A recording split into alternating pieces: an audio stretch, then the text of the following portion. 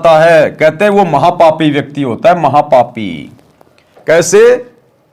कोई रिश्तेदार है आपके घर पे आया, आप उसको भोजन नहीं करवा पाए, आप कह रहे हो भाई साहब भोजन तो करते जाओ, भोजन का समय हो गया, और वो कह रहा है कि नहीं नहीं भाई साहब मेरा पेट भरा हुआ है, मुझे वास्तव में भूख नहीं लग रही। तो वो आदमी फिर आपके घर से भूखा नहीं गया, वो आदमी आपके घर से भूखा नहीं गया, क्योंकि आप तो उसको खिलाना चाह रहे हो, लेकिन किसी कारण से वो नहीं खाना चाह रहा। कोई भी कारण हो सकता है, उसका अपना कोई व्रत हो सकता है, आपके घर का खाना वो नहीं खाना चाहता हो, या वास्तव में उसको भूख नहीं है, लेकिन हमने तो आदर सत्कार से उससे प्रार्थना करी, तो हमारे घर से तो समझो भोजन खा के ही गया है, तो ऐसे में दोष नहीं लगता। हां, यदि आपकी बोलचाल से, आपके झगड़ालू स्वभाव से, आपके द्वारा कुछ उल्टा सीधा बोलने से यदि वो व्यक्ति नाराज होकर और भोजन करके नहीं जाता है, या आपने उसको भोजन नहीं करवाया, तो फिर आप जी परमात्मा के दोषी बनते हैं। तो भगत ने आए हुए को एक प्रकार से, जैसे कहते हैं ना कि भाई घर पे आया हुआ तो भगवान समान होता है, मेहमान तो भगवान समान होता है, तो हमने उसी भाव से उनको भोजन पानी के लिए जरूर प्रार्थना करनी चाहिए। और कोई नहीं खा के जाता है अपनी मर्जी से, तो फिर हमें दोष नहीं है। भूखा जहीं करते फिरे ताको लागे पाप, भूखों भोजन जो देत है कटे कोटि संताप।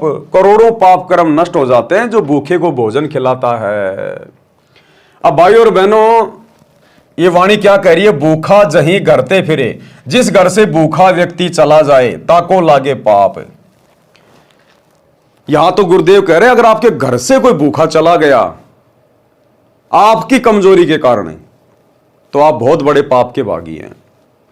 तो सोचिए भाई और बहनों, दूसरे के घरों में घुसकर यदि कोई किसी को भोजन ना करने दे, खाना ना खाने दे, उसके भोजन को उठा के फेंक दे, उनके साथ में मार पिटाई करे बेवजह अपने स्वार्थ के लिए, तो उनको क्या पाप लगेगा? जब घर पे आए हुए व्यक्ति को आपने भोजन नहीं करवाया और किसी कारण से झगड़ा करके निकाल दिया, उसको कितना पाप है। और आप दूसरे के घर में जाके मारपीट करो, उनको भोजन ना करने दो, तो कितना पाप लगेगा? गिनती नहीं है। तो ये पाप वर्तमान में काल करवा रहा है सतगुरु रामपाल जी के परिवार से, इन कोऑर्डिनेटरों से।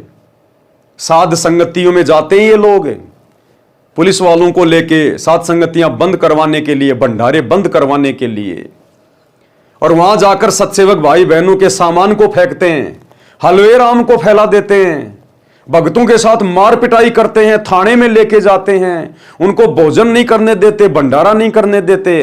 तो सोचिए इन राक्षसों के साथ, गुरुदेव के परिवार के साथ और इन कोऑर्डिनेटरों के साथ और इनके चक्कर में जो आम संगत आकर इस प्रकार का कुकृत्य कर डालती है सत्सेवकों के साथ, सोचिए उन लोगों के साथ में क्या बीतेगी आने वाले समय में। वो तो टोटली परमात्मा के विधान के सैकड़ों गुना ज्यादा खिलाफ कर रहे हैं। इसलिए भाई और बहनों, दास बार बार कहता है कि जो दुर्गति आने वाले समय में संत रामपाल जी के उन भक्तों की होगी जो जानबूझ के आंख बंद करके बैठे हैं, इतनी तो जगत वालों की भी नहीं होगी, क्योंकि ये लोग जानबूझ के सांची तज रहे हैं। भावार्थ, जिस घर से कोई भूखा लौट जाता है उसको पाप लगता है, और भूखों को भोजन देने वालों के करोड़ों विघ्न टल जाते हैं। वैसे तो बहुत सारी साध संगतियों में इन लोगों ने उपद्रव मचाया है, लेकिन विशेषकर जब दिल्ली में साध संगति थी, भोजन भंडारा तैयार था, सभी भगत भाई बहन तकरीबन 40 से 50 दूर दूर से आए हुए अन्य स्टेट से बेचारे शाम को अपने गुरुदेव को भोग लगा रहे थे, बड़ी भोग की आरती के साथ। उसी समय सतलोक आश्रम वालों ने एंट्री मार दी, पुलिस वालों को दारू पिला के लेके गए और भक्तों को बहुत बुरी तरह से मार पिटाई करवाई, थाने में लेके गए, भंडारे को फैला दिया, किसी को भंडारा नहीं करने दिया। बेचारे भगत ना जाने कहां कहां से भूखे आए थे, अपने गुरुदेव को भोग लगा रहे थे कि बाद में चलो भंडारा करेंगे, बेचारे वापस भूखे गए। तो सोचिए भाई और बहनों, ये साध संगतियां वर्तमान में पृथ्वी पर एकमात्र सत्य समागम है। साध संगतियों के समान धर्म कहीं नहीं हो रहा वर्तमान में धरती पर कहीं भी। इन सतलोक आश्रमों में तो पाखंड चल रहा है, कोरा पाखंड। केवल धार्मिक धंधे के लिए संगत को लूटा जा रहा है, अपनी मान बढ़ाई के लिए, दिखावे के लिए लड्डू जलेबी बर्फी। यहां गुरु को परमात्मा मान के उनको भोग नहीं लगाया जाता। ये लोग तो पाप का भोजन खा रहे, दुनिया को खिला रहे इन आश्रमों में, क्योंकि जो अपने गुरु को इष्ट मान के, कबीर भगवान मान के उनको भोग नहीं लगाता है, वो तो समझो पाप खा रहा है। गीता अध्याय 3 श्लोक 13 के अनुसार तो इन शतलोक आश्रमों से जुड़े भाई बहन, गुरुदेव का परिवार, ये कोऑर्डिनेटर, ये अपने गुरु को इष्ट नहीं मानते। ये तो उस कागज की दाढ़ी मूछ वाली कबीर जी की समझे जाने वाली नकली फोटो को भगवान मानते हैं। तो ये तो वैसे भी पाप का भोजन है, चाहे कितना मर्जी खा लो, कुछ भी खा लो बना के।